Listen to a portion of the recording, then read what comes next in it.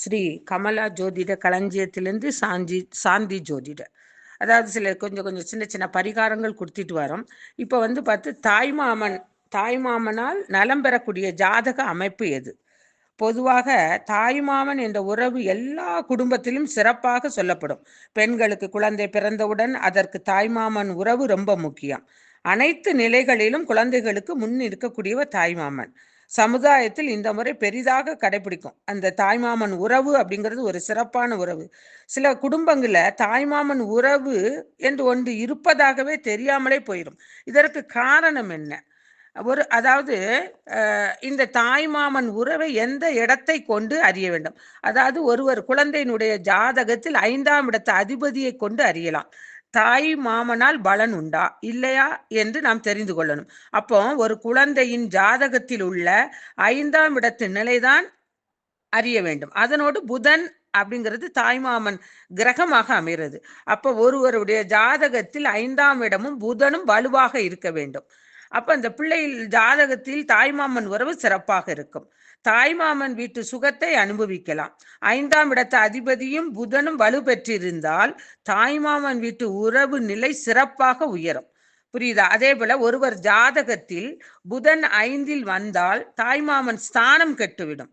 5இல் உள்ள புதன் வலு இல்லாமல் இருந்தால்தான் தாய்மாமனுடைய உறவு சிறப்பாகும். வலு பெற்றிருந்தால் மாமனுடைய உறவு கெடுதலாக அமையும். அப்ப குழந்தையின் ஜாதகத்தில் 5ஆம் வீட்டில் பாவக்கிரகங்கள் இருக்கக்கூடாது. அப்பவும் தாய்மாமனது பொருளாதார நிலை படிப்படியாக கீழே இறங்கிவிடும். புரியுதா? அதே போல லக்னாதிபதியும் 5ஆம் அதிபதியும் சேர்ந்து 5ஆம் இடத்தில் பலம் பெற்றிருந்தால் மாமன் வகையினால் எல்லாவித நன்மைகளும் உண்டு. பாக்கியாதிபதி 5ஆம் இடத்தில் இருந்தாலோ அல்லது லாபாதிபதி அதாவது 11ஆம் அதிபதி 5ஆம் இடத்தில் இருந்தாலோ அல்லது 5ஆம் வீட்டு அதிபதி 9 அல்லது 11ஆம் இடத்தில் இருந்தாலோ அந்த குடும்பத்துல தாய் மாமன் உறவு சிறப்பாக இருக்கும். அதனால 5ஆம் அதிபதியும் புதனும் நீச்சம் பெற்றிருந்தால் தாய் மாமனுடைய உறவு சிறப்பாகாது.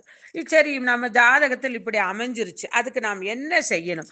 அதாவது பெண்ணினுடைய தாயார் வீட்டு குலதெய்வம் ஃபர்ஸ்ட் எதுன்னு தெரிஞ்சிட்டு அந்த குலதெய்வ கோயிலில் திருமணமாகி செல்லும் பெண்கள் வணங்க வேண்டிய தெய்வம் அங்க இருக்கும்.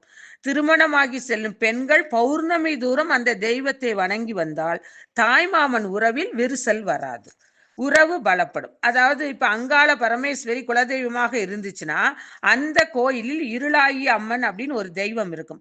அதற்கு பூஜை செய்து நாம் பரிகாரம் செய்து வந்தால் தாய்மாமனுடைய உறவு விரிசல் இல்லாம பலன் கொடுக்கும். சரிங்களா? அதனால உங்க தாயார் வீட்டு குலதெய்வத்தில் உள்ள பெண் தெய்வத்தை நாம் வணங்கி வந்தால் தாய்மாமனுடைய உறவு விரிசல் இல்லாம கடைசி வரை அந்த உறவு நம்மளுக்கு நீடிச்சு கொடுக்கும். சரியா?